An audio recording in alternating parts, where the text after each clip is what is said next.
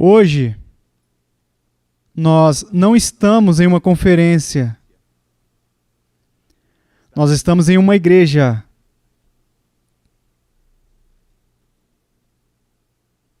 Hoje, a minha maior preocupação é a sua alma. Se você morresse agora, para onde você iria?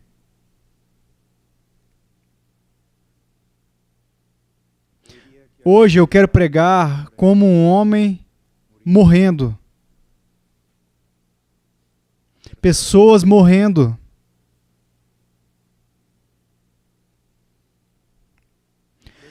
No que você está confiando? Qual é a evidência? Onde está a evidência da sua fé? Como você sabe que você é um cristão? De novo, se você morresse agora, para onde você iria?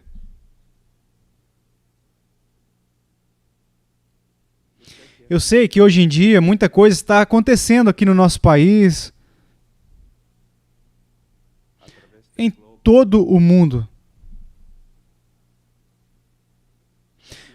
Eu quase nunca penso nessas coisas.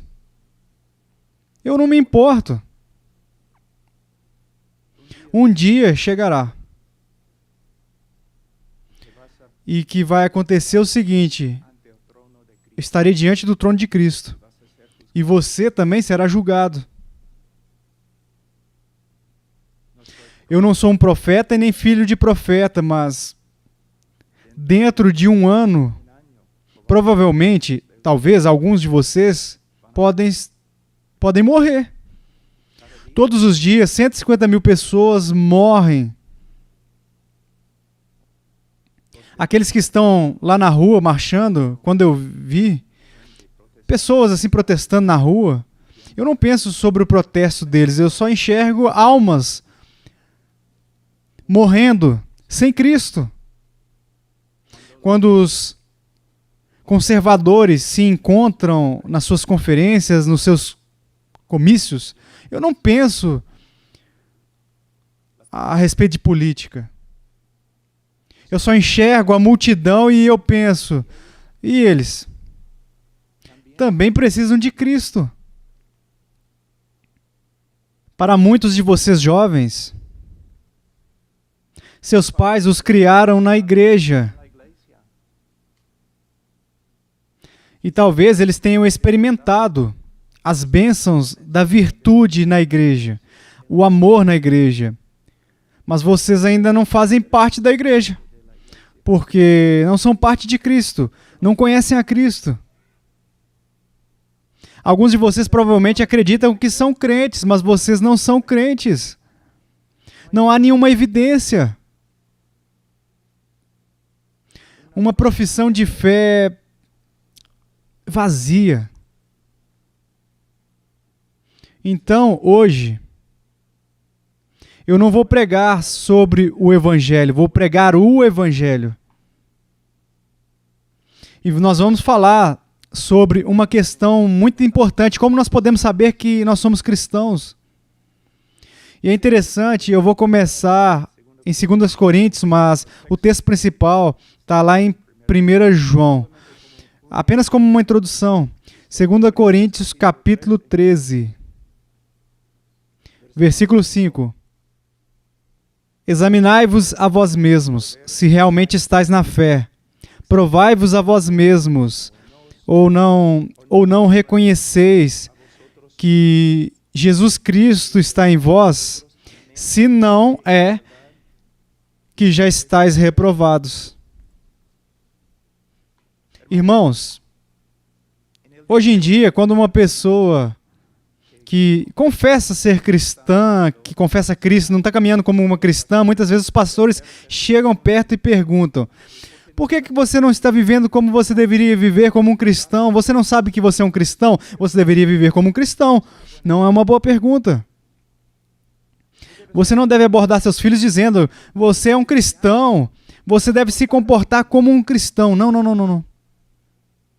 você deve dizer algo diferente, algo mais bíblico. Você deve dizer, olha, você diz que é cristão, mas você não está caminhando, andando como cristão. É muito possível que você não seja cristão. E você deve se examinar à luz das Escrituras para ver se você está realmente salvo. É muito perigoso ser filho de um cristão.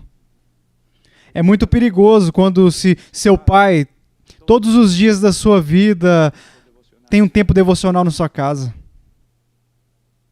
É muito perigoso ser uma criança criada em uma igreja bíblica.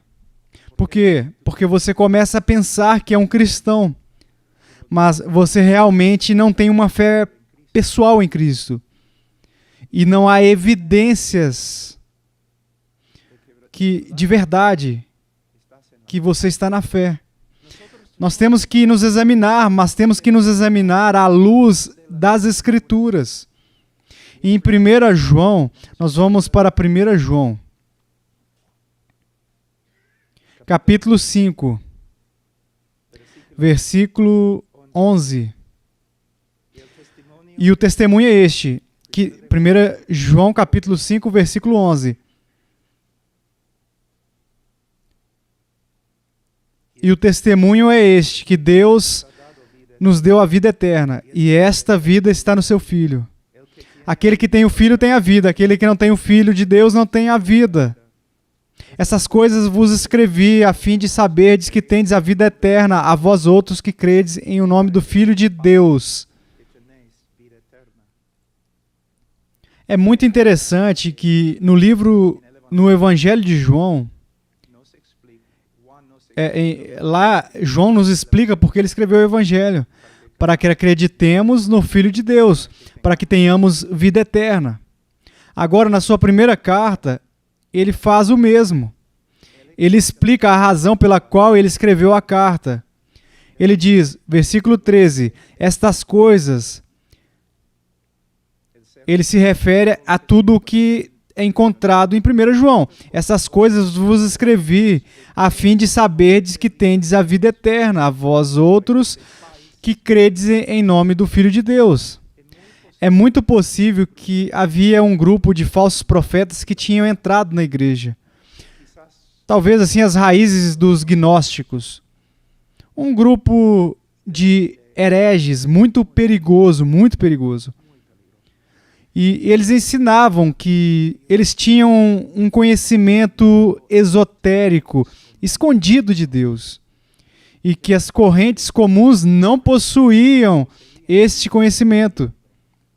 E por isso, eles não faziam parte de Cristo. Mas João vai dar aos verdadeiros crentes várias provas pelas quais podem se examinar para ver que eles realmente são filhos de Deus e não hereges.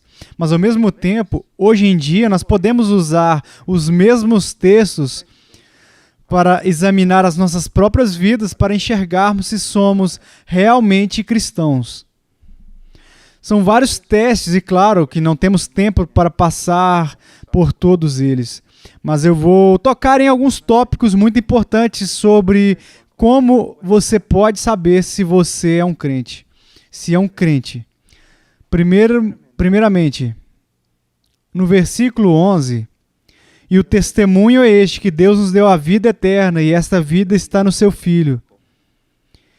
Aquele que tem o Filho tem a vida, aquele que não tem o Filho de Deus não tem a vida. Agora, eu tenho servido o meu Senhor, já tem uns 35 anos por aí. E sacrificado. Eu tenho sofrido, eu sofri na selva, na guerra, nas montanhas, risco de terroristas, economicamente, e pregando. E Eu iniciei orfanatos. Eu vivi com pessoas da rua. Eu trabalhei com crianças abandonadas. E se eu morresse agora, eu iria para o céu. Mas não por causa de nenhuma dessas coisas. Se eu morresse agora, eu ia para o céu porque Cristo morreu pelos pecadores. É a minha única ostentação. E a cada ano a mais de vida, essa verdade se torna uma realidade cada vez maior. Eu tenho apenas uma esperança.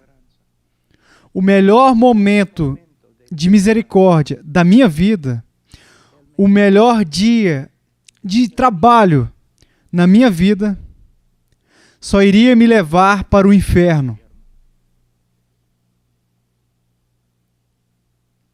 O ladrão que morreu na cruz e o apóstolo Paulo que serviu ao Senhor talvez 30 e 35 anos e depois ele morreu como um mártir, os dois alcançaram o céu pelo mesmo motivo pelo qual Cristo morreu pelos pecadores. E as nossas obras não acrescentam nada ao que Cristo fez. É apenas Cristo. Então diz, marque aí nesse lugar rapidamente e vamos até Gálatas. Filipenses. Filipenses capítulo 3. Uma das definições mais claras, maiores em toda a Escritura a respeito do que é um cristão. Versículo 3, capítulo 3 de Filipenses. Porque nós é que somos a circuncisão, nós que adoramos a Deus no Espírito e nos gloriamos em Cristo Jesus e não confiamos na carne. Não confiamos na carne, nenhuma confiança na carne e nem nas obras. Isso é o que é um crente. Se você se aproxima de um verdadeiro crente e diz algo assim: olha, eu tenho observado sua vida, você é um homem tão piedoso, um homem tão dedicado a Deus, um homem que tem tantas boas obras, eu tenho certeza por intermédio da sua vida, você vai para o céu. Esse homem, se ele for verdadeiramente um crente, ele vai gritar: blasfêmia! Fique longe de mim! Fique longe de mim! Como você pode falar tanta falsa doutrina? Eu vou para o céu por uma única razão. Cristo morreu pelos pecadores. Eu não tenho nenhuma confiança na carne. Eu não confio em qualquer obra que eu tenha praticado. Apenas em Cristo Jesus. Na minha igreja, eu sou simplesmente um membro da igreja. E os anciãos, eles deram a obra para mim de pregar aos jovens. E os estudantes universitários. Então, 2 vezes por semana, eu vou para 2 universidades diferentes para pregar. E muitas vezes, os jovens na faculdade, eles vêm de famílias conservadoras. Eles se aproximam de mim com sinceridade e eles falam comigo, porque os demais estão dizendo coisas muito feias. Mas eles se aproximam e me dizem: pastor, obrigado por estar aqui. E eu sempre pergunto: você é cristão? E a maioria das vezes eles respondem assim: bem, eu estou tentando. E eu sei que eu tenho uma Bíblia lá no meu quarto, eu sei que eu preciso ler ela, e eu não estou indo muito à igreja, mas eu sei que eu tenho que ir à igreja, eu tenho que fazer mais coisas, eu estou tentando ser um cristão. São jovens que estiveram em igrejas durante 19 anos. E com amor e paciência, eu digo para eles: você está falando como um descrente. Você está acreditando em uma falsa doutrina. Pelas suas palavras, eu tenho que te dizer que não há evidências de que você é um crente. E eles dizem, mas pastor, como? Eu estou tentando, eu sou sincero. Claro, eu acredito que você é sincero. Mas você não entende o evangelho.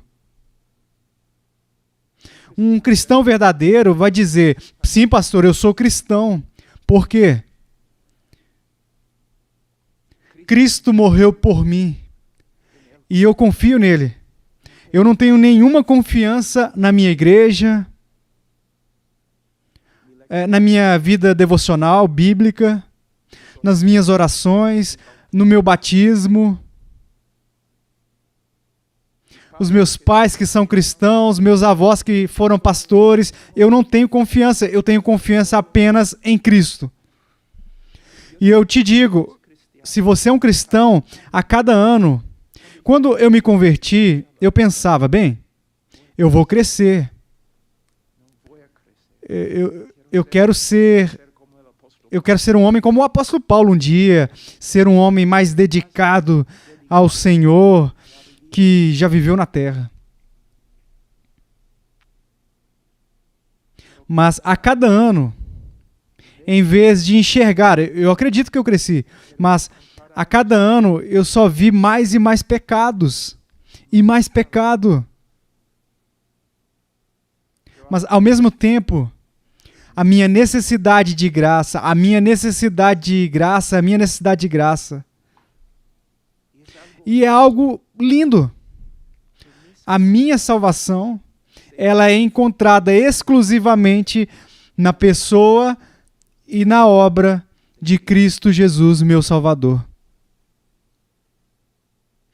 E as minhas obras não aumentam nada, não, eu não aumento em nada. Eu não acrescento em nada no que ele fez por mim. Sim, se fosse assim, se fosse 99% Cristo e 1% Paul Washer iria para o inferno. É 100% Cristo Jesus. E saber disso a cada ano é uma realidade assim, cada vez maior. E a cada ano, o meu amor por Cristo é cada vez maior. Porque fora dele, a parte dele, eu não tenho nada. Nada. É por isso que ele diz, versículo 12, aquele que tem o filho tem a vida. E aquele que não tem o filho, não tem a vida. É isso. Mas agora temos que nos perguntar, como nós podemos realmente saber que nós temos a salvação? Como nós podemos saber? Eu quero falar apenas sobre duas coisas. Primeiramente, como em Filipenses capítulo 3, nós reconhecemos se somos salvos ou não, se somos salvos por Cristo Jesus e a sua obra por nós. E se sabemos que nós não contribuímos com nada. Mas a segunda coisa, algo que é muito importante entender, quando uma pessoa acredita em Cristo, não é apenas uma decisão humana. É uma decisão humana. Mas é muito mais do que uma decisão humana. É uma obra sobrenatural do Espírito Santo. É uma obra assim que ele trabalha de uma tal maneira que nós, neste momento da conversão, nós vamos ser criados assim como novas criaturas. Quando a Bíblia fala do crente como uma nova criatura, uma nova criatura não está falando sobre poesia, não está falando em metáforas. É uma realidade espiritual. E em Ezequiel capítulo 36, nós podemos ver dessa maneira. O homem que acredita, que não acredita, ele tem um coração de pedra, que não responde a Deus. Uma estátua. Posso colocar uma estátua assim, posso chutar ela, mas a estátua ela não vai responder a esse estímulo de jeito nenhum. Por quê? Porque ela não tem vida. Mas Deus diz que ele remove o coração de pedra e coloca no lugar desse coração de pedra um coração de carne. Geralmente, assim, na Bíblia, a palavra carne não é uma palavra muito boa. Mas nesse caso aqui, sim. Uma estátua de pedra, eu posso pegar, eu posso socar ela não vai responder. Mas se eu bater em um homem vivo, ele vai responder. Se eu chutar em um homem vivo, ele vai responder. Então, diz, antes de nos tornarmos cristãos, nós tínhamos um coração de pedra, um coração morto para Deus. E vivo para o mundo, para o pecado, respondendo ao mundo, ao pecado, cumprindo a vontade de Satanás, mas morto para Deus. Mas no momento em que uma pessoa crê, ela crê por causa de uma obra regeneradora do Espírito Santo e a pessoa se torna naquele momento uma nova criatura. E sendo uma nova criatura, a pessoa vai viver de acordo com sua nova natureza. Você está entendendo? Eu vou dar uma ilustração. Eu sou da roça. Então eu vou falar sobre porcos. Porcos. No Peru são chanchos. Porcos. Digamos que nós temos um porco amarrado bem gordo ali atrás. E eu tenho aqui, um prato da melhor comida de Paris. Dessas caminhonetes aí que a gente come taco, pastor.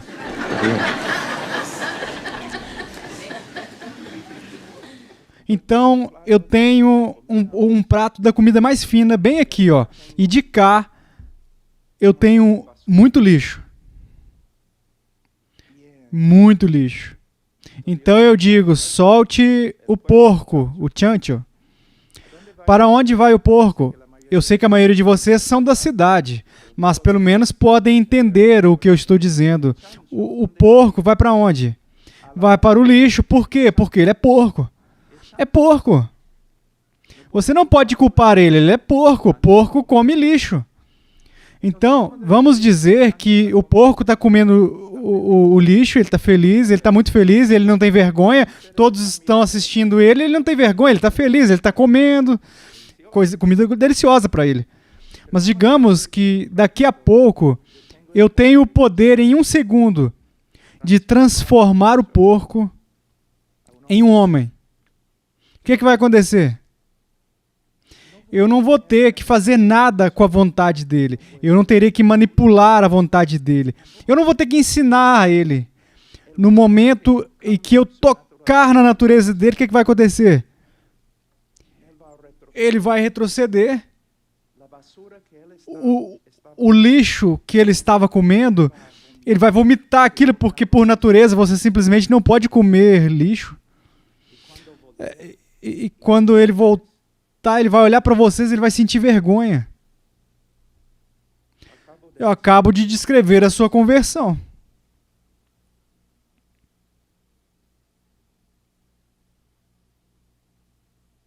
A sua conversão.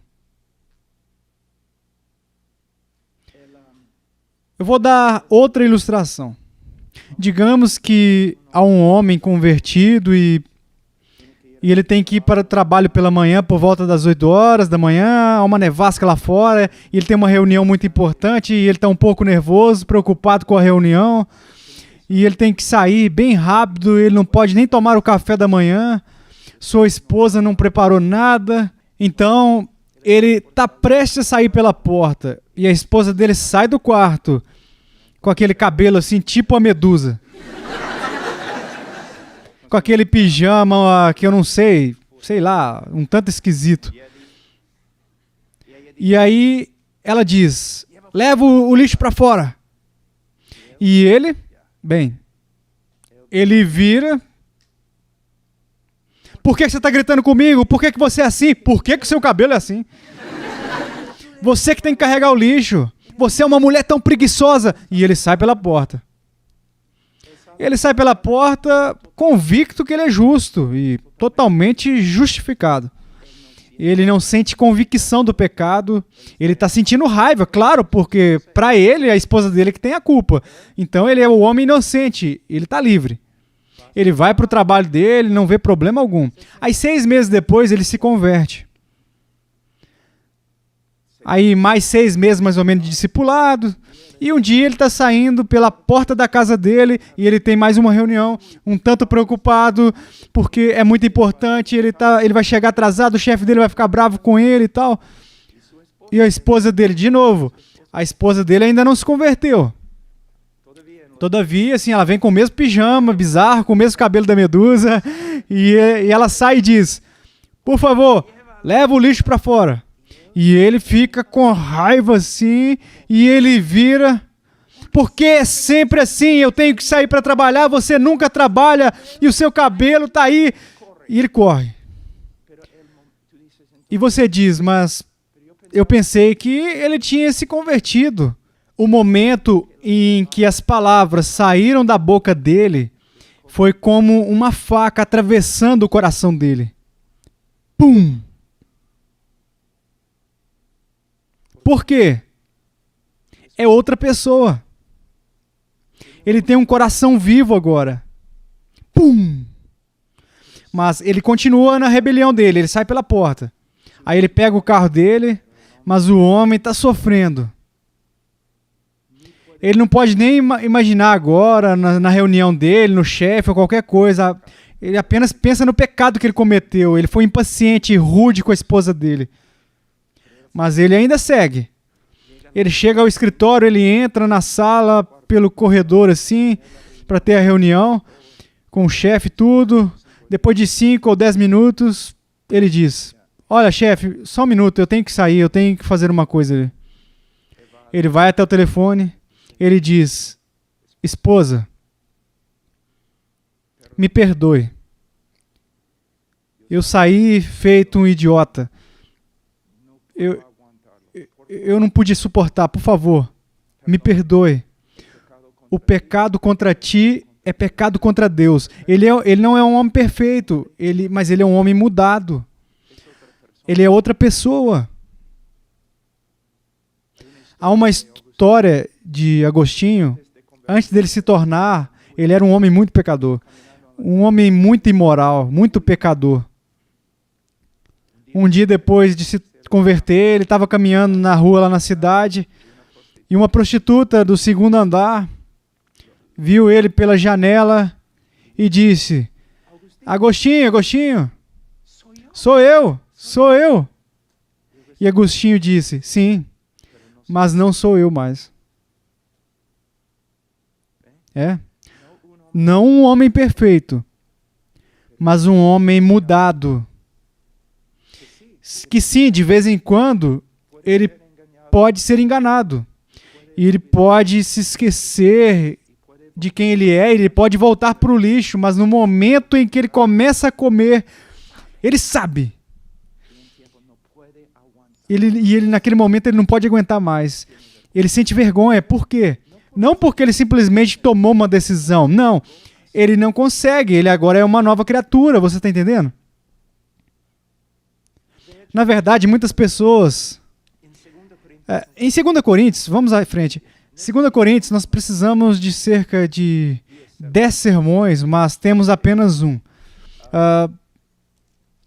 Em 2 Coríntios,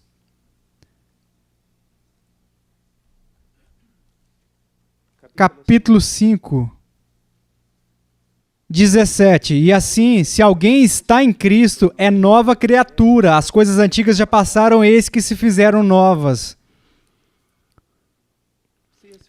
É uma boa tradução, mas está faltando um pouco. Por quê? Porque se está dizendo, pessoalmente assim, não como um indivíduo, no momento que uma pessoa está em Cristo, por intermédio da obra regeneradora do Espírito Santo, essa pessoa é uma nova criatura. Mas o texto diz literalmente, se alguém está em Cristo, é uma nova criação. Então, se você está falando sobre o céu e a obra regeneradora, você está falando sobre mais. E como Como você sabe que Deus vai recriar o mundo? Vai haver uma nova criação. No momento em que a pessoa confia em Cristo, ela mesma se torna uma nova criatura. Mas, ao mesmo tempo, ela entra em uma nova esfera. Esfera é a palavra. É uma esfera, assim, uma nova existência, uma nova criação. Começou com aquela pessoa. É um homem totalmente diferente, mas também de uma maneira totalmente diferente da pessoa e a obra de Deus. É o início de uma nova criação, não apenas em relação a ele, mas em relação à própria criação. Agora está vivendo debaixo totalmente de novas regras. É uma existência completamente diferente. E, a propósito, tem que amadurecer. Mas é algo excepcional que aconteceu.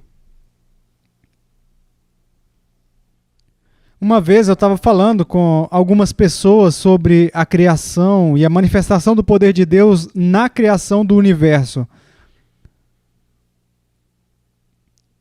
Eu argumentei que, embora na criação do universo haja uma manifestação praticamente infinita do poder de Deus na criação do universo, você tem que apenas que estudar o universo para você enxergar.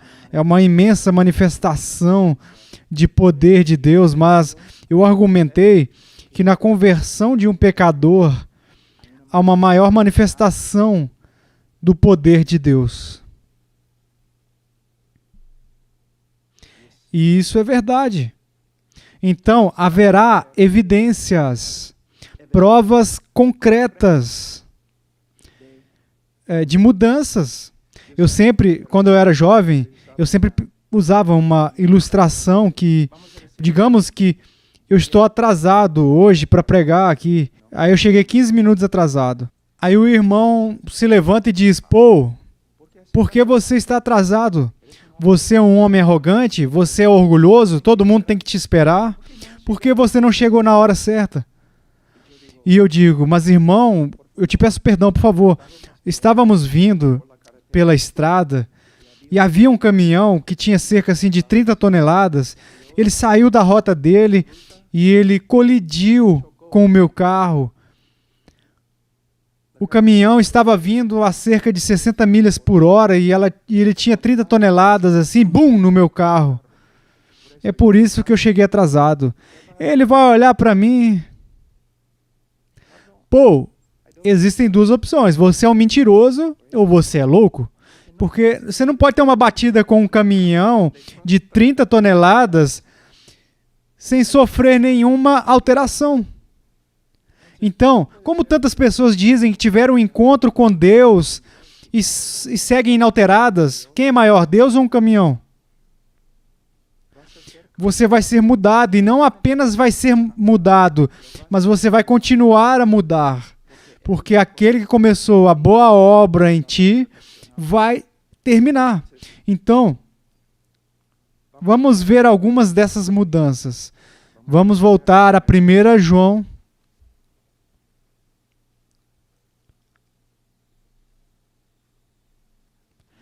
Já estabelecemos que uma das maiores referências de uma fé verdadeira é que você não tem confiança na sua carne e nas suas obras. E toda a sua confiança, ok?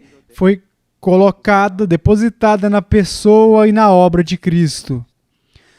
Mas também existem diferenças na nossa vida. 1 João capítulo 5... é 1 João capítulo 1, versículo 5. Ora, a mensagem que da parte dele temos ouvido e vos anunciamos é esta, que Deus é luz e não há nele treva nenhuma. Há duas maneiras de enxergar este texto. Quando nós pensamos sobre luz, pensamos imediatamente em santidade. E pode ser, pelo menos em partes, que o significado que o texto tem, mas há algo mais aqui. Há algo muito maior aqui que pode nos ajudar a entender o texto. Os gnósticos acreditavam que Deus era muito esotérico, ou estava na escuridão, e a sua vontade, a sua pessoa era um mistério. E a sua vontade também um mistério, que ninguém poderia conhecer sem uma revelação mística. Eu acredito que o que João está dizendo aqui é não. Deus é luz. O que ele está dizendo é Deus nos revelou quem Ele é. E a sua vontade foi revelada nas Escrituras e nos ensinamentos dos apóstolos. Deus não está escondido, em secreto, como um mistério. De acordo com as Escrituras, nós sabemos muito bem como é a natureza de Deus. Nós também sabemos muito bem qual é a vontade de Deus, porque Deus é luz. Ele se revelou. Então ele diz que se dissermos que mantemos comunhão com Ele e se dissermos que somos crentes, que temos um relacionamento com Deus, mas não, e andarmos nas trevas, mentimos e não praticamos a verdade. Se porém andarmos na luz, como Ele está na luz, mantemos comunhão uns com os outros, e o sangue de Jesus, seu Filho, nos purifica de todo o pecado. A ideia é andar na escuridão, é andar de uma maneira que contradiz o que Deus disse sobre a si mesmo e acerca da sua vontade. É caminhar de uma maneira que contradiz a revelação de Deus a respeito de si mesmo, sua pessoa e sobre a sua vontade. Então, uma pessoa que diz basicamente, eu sou um cristão, mas ele caminha, anda de uma maneira que contradiz tudo o que Deus revelou sobre os seus atributos e sobre a sua vontade, esse homem está mentindo. Ele está enganado e está enganando. Você está entendendo? Agora, a palavra andar aqui é peripateo. Não é simplesmente andar de andar. Em todas as áreas da sua vida. Também está no tempo presente. Está falando sobre um estilo de vida. Vamos dizer que você não vai com a minha cara.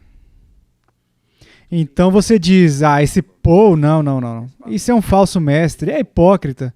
Então você quer mostrar para todo mundo. Então você sai com apenas uma câmera, ok? Aí você fica esperando lá na porta da minha casa todos os dias. E um dia eu saio, ok? Não tomei café da manhã, saí na chuva. E na minha porta tem um gato. Eu odeio gatos. Então eu saio pela porta, eu olho assim, ó. Pá! E o gato voa lá no meu carro.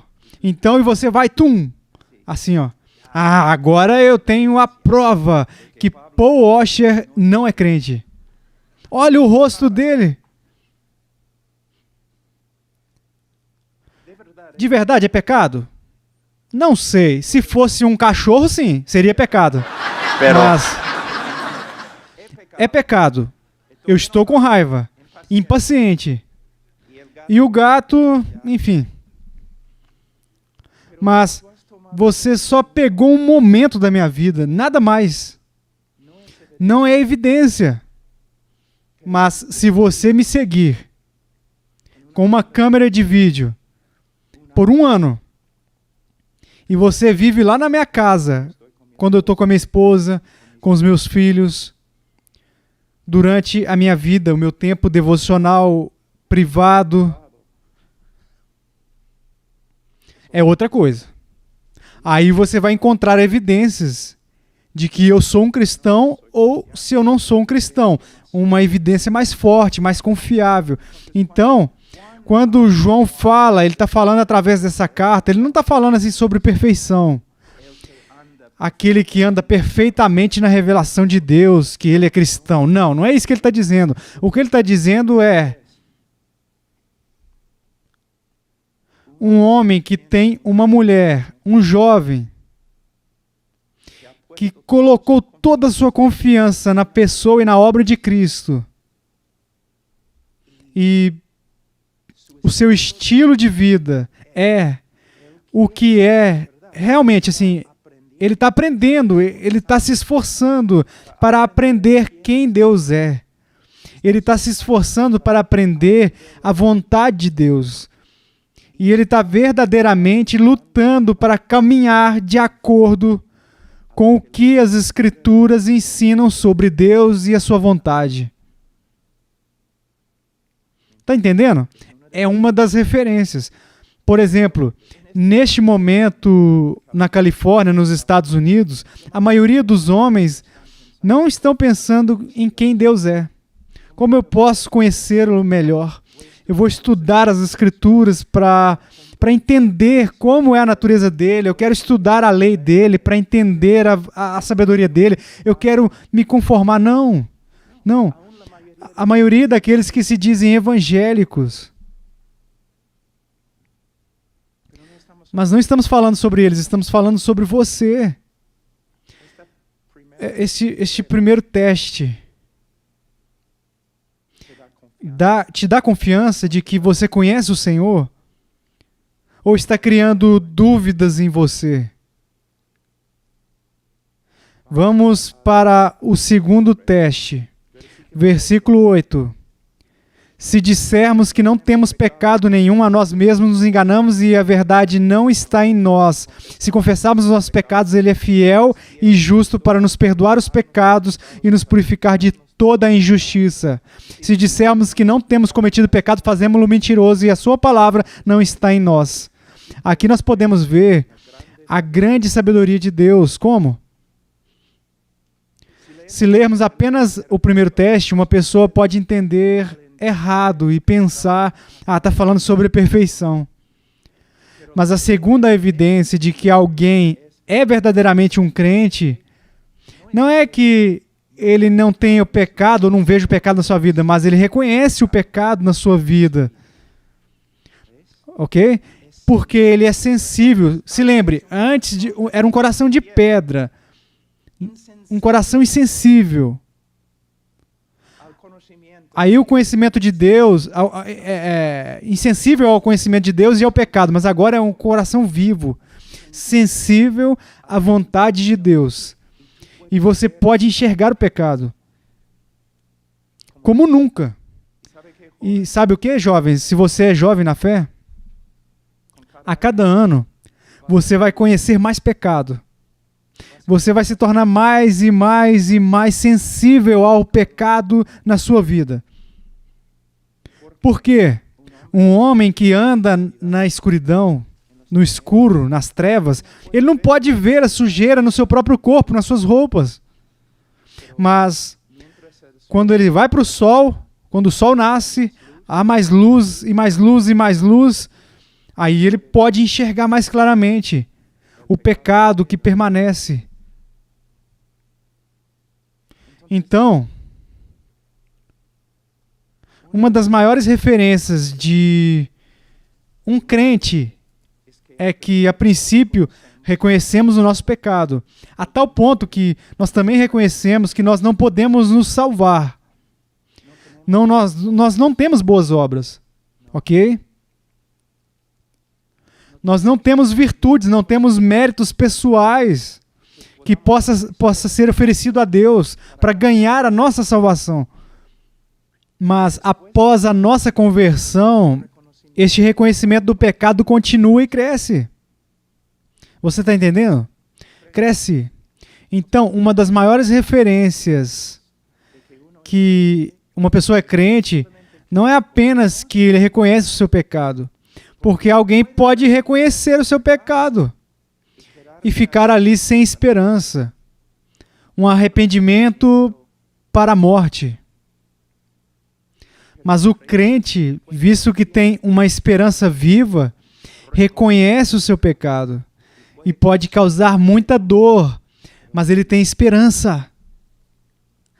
E a sua esperança é na graça de Deus. Isso o leva a confessar o seu pecado. confessar o seu pecado. A palavra confissão é muito importante e muitas pessoas, elas simplesmente não entendem. Elas não entendem o que isso significa. É homologueu. Isso significa dizer a mesma coisa, falar a mesma coisa. Então, a confissão, assim, ó, quando eu vejo a palavra de Deus e o Espírito Santo, ele está trabalhando na sua vida, assim, na minha vida, e um dia, lendo as Escrituras, você reconhece que tem sido impaciente com sua esposa. E o Senhor, por intermédio do Espírito dele, por intermédio da palavra dele, ele está dizendo que você pecou, foi impaciente com a sua esposa. Confissão é quando você diz, Senhor, o que o Senhor disse sobre mim é verdade. Eu falo a mesma coisa. Eu fiz exatamente o que o Senhor me disse. Eu pequei contra minha esposa. Eu fui impaciente com ela. Me perdoe. E algo simplesmente muito importante para todos, mas especialmente para os pais. Um caso que um dia eu estava muito cansado e eu estava voltando do meu trabalho e a minha filha de 8 anos, ela, papá. E por fim eu a respondi com impaciência. E tum! Eu voltei para o meu quarto, Senhor.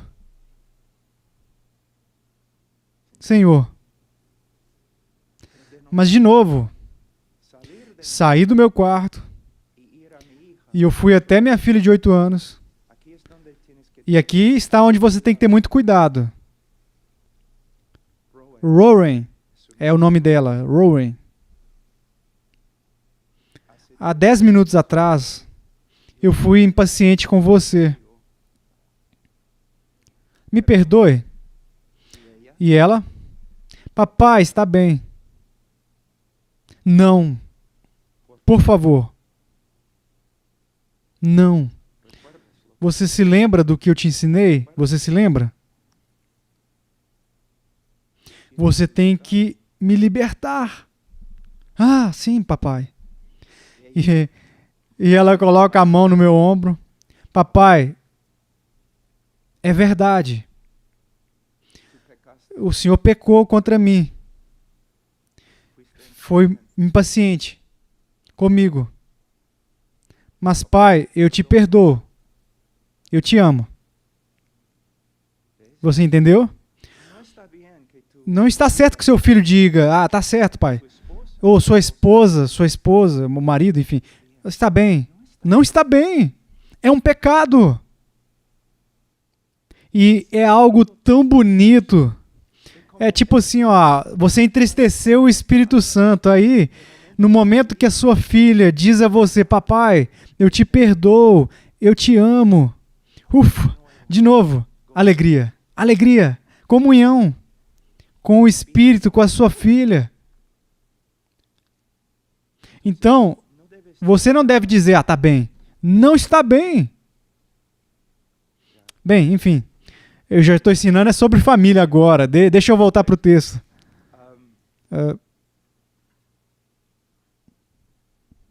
Eu vou mostrar. Bem, nós temos que seguir em frente porque há muito aqui que nós poderíamos dizer a respeito da beleza da confissão na vida de um crente. Mas muitas vezes, eu me encontro, como nós dizemos lá no Peru, eu me encontro em Massasa,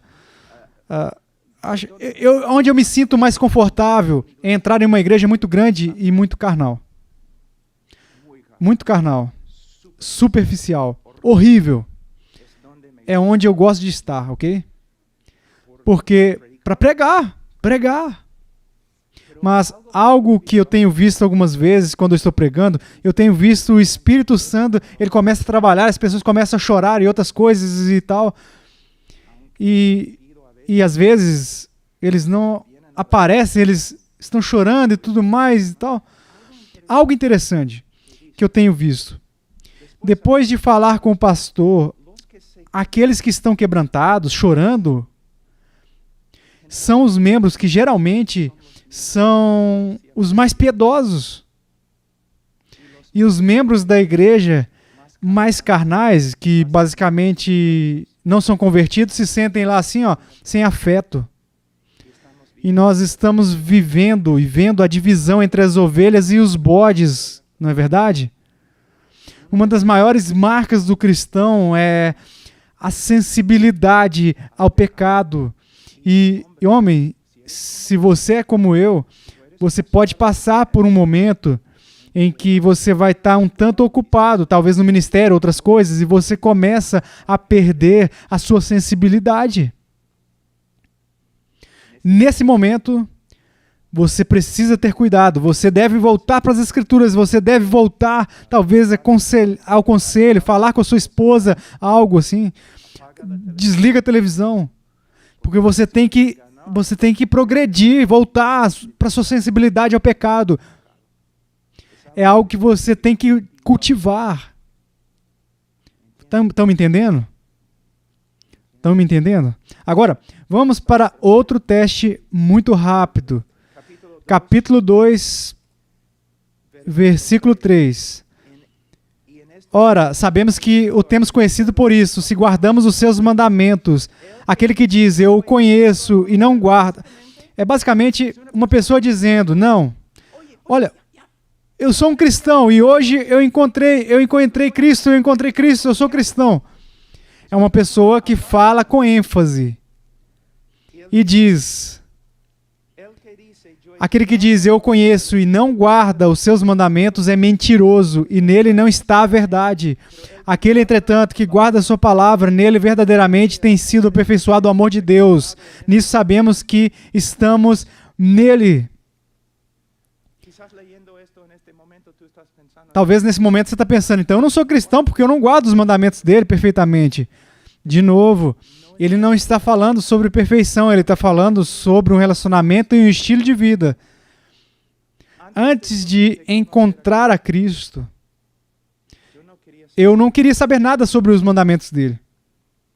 Eu não queria me esforçar para obedecer os mandamentos dele. Eu não tinha nenhuma afeição quando eu quebrava os mandamentos dele e nem com a minha habilidade de pecar. Mas no momento em que eu me converti, o meu relacionamento com a palavra de Deus mudou. Eu comecei a querer saber o que o Senhor diz. Como um jovem, como eu devo viver, o que eu devo acreditar, como eu devo falar, como eu devo agir. Qual deve ser o propósito da minha vida, buscando os mandamentos de Deus e me esforçando para realizar o que eu aprendi. E quando pecar, e definitivamente eu pequei, eu sentia dor, bastante dor, confessando os meus pecados e recomeçando de novo. Quando uma pessoa me diz, eu tenho um novo relacionamento com Cristo, eu sempre pergunto para ela, você tem um novo relacionamento com o pecado? Porque se você não tem um novo relacionamento com o pecado, você não tem um novo relacionamento com Cristo. Eu tenho um novo relacionamento com Cristo. Você tem um novo relacionamento com os mandamentos dele? Porque se você não tem um novo relacionamento com os mandamentos dele, você não tem um novo relacionamento com ele. Quando eu me casei,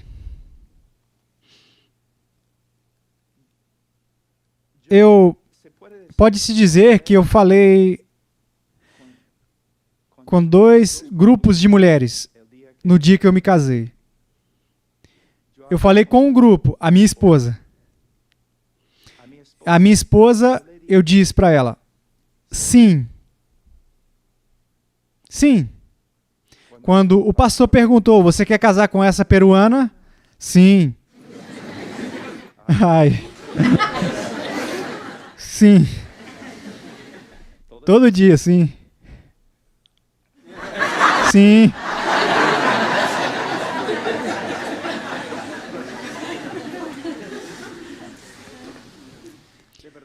De verdade, eu culpo os homens latinos porque eles não me avisaram. Então, quando eu disse para ela um sim, eu disse não para outro grupo. Elas não se importam, mas eu disse não. Então, quando eu disse sim a Cristo, eu disse não para o mundo. Sim aos seus mandamentos. Não para a minha própria vontade. Sim para a justiça. Não para o pecado. De novo, não estamos falando sobre perfeição, estamos falando sobre uma nova inclinação da vida, um novo estilo de vida. Vocês estão entendendo? Agora, diz, versículo 6, aquele que diz que permanece nele, esse deve também andar assim como ele andou. Uau! Então nenhum de nós é salvo. Quem anda como ele andou? Quando eu era menino, a minha família, nós tínhamos um rancho de cavalos e vacas e no inverno, durante as nevascas muito fortes, havia gelo nos lagos e lagoas. E sempre nós tínhamos que sair com um machado e quebrar o gelo e trazer água para os cavalos e tudo mais. E quando eu tinha assim 4 ou 5 anos, eu já trabalhava lá com meu pai. Assim, é a vida na fazenda, eu trabalho. Então, meu pai era um homem muito grande, muito forte, maior do que eu.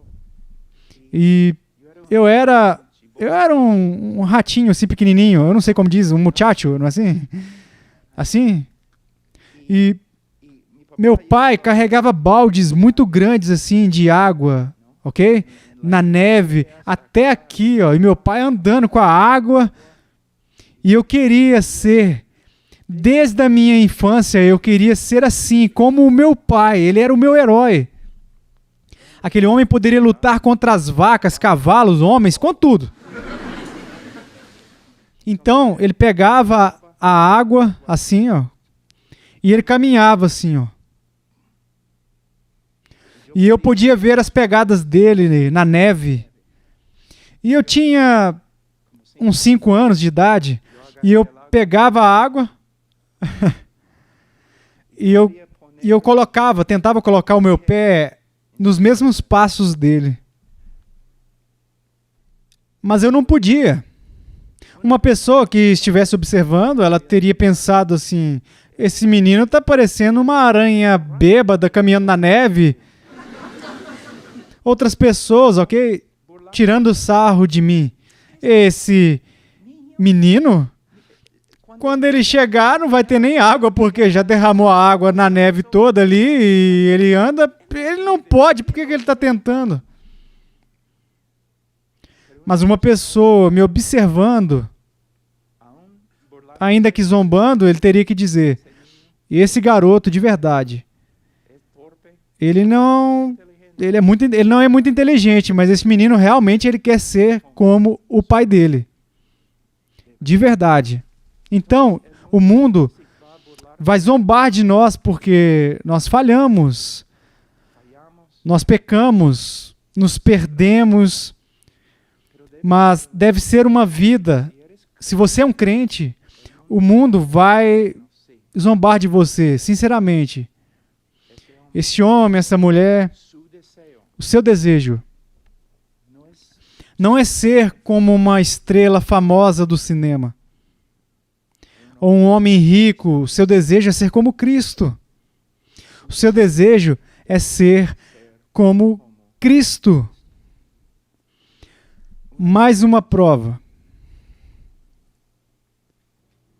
Ele diz, versículo 7, amados, não vos escrevo mandamento novo, senão mandamento antigo, o qual desde o princípio tivestes. Esse mandamento antigo é a palavra que ouvistes.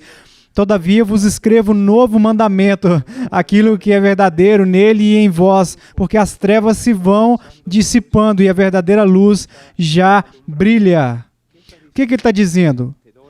Te dou um novo mandamento, não te dou um novo mandamento, dou um novo mandamento antigo, enfim, não é antigo.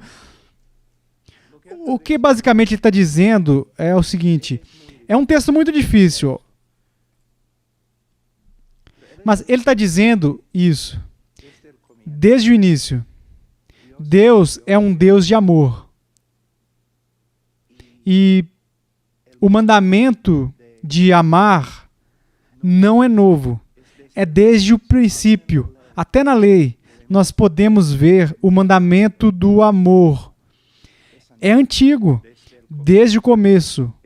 É o cumprimento da lei, amor. Mas também é um novo mandamento. Porque na pessoa e na obra de Jesus Cristo nós vemos uma revelação do que significa amar, um relacionamento tão grande, é como se Deus nunca tivesse falado de amor.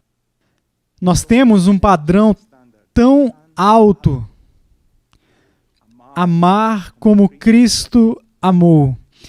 E uma das maiores evidências de que você é um crente é que você ama o povo de Deus. Você ama os cristãos. Jovens, se vocês sempre querem estar com os incrédulos, falando como os incrédulos, é porque vocês provavelmente são incrédulos.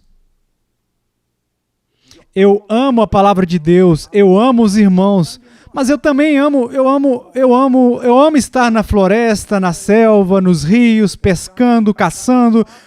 Eu falo de outras coisas. Eu como tacos com o pastor.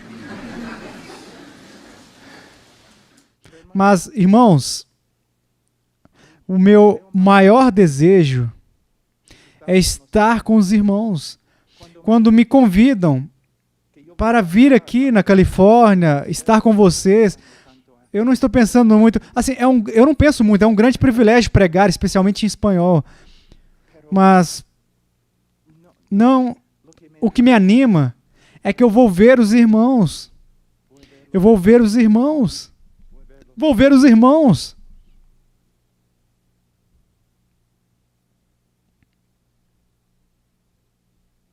Jovens, me escutem. Vocês querem estar com seus amigos porque eles também amam Jesus? Ou você quer estar com pessoas que nem sequer pensam em Jesus?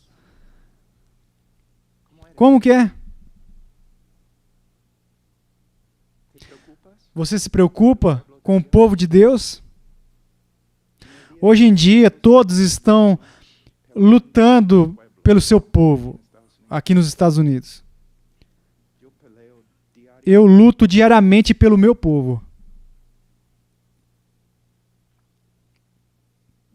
Meus irmãos na China que estão em uma prisão, na Coreia do Norte, no Peru que sofrem com o coronavírus, tanto assim como pastores que morreram na selva, na Ásia, em Camboja, Mongólia, Paquistão.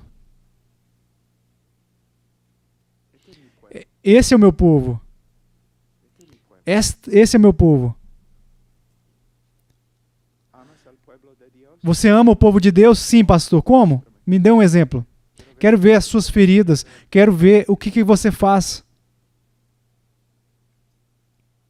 Uma das maiores referências de que nós somos cristãos é que nós amamos os irmãos, amamos a igreja e servimos aos irmãos com obras práticas. Que Deus os abençoe.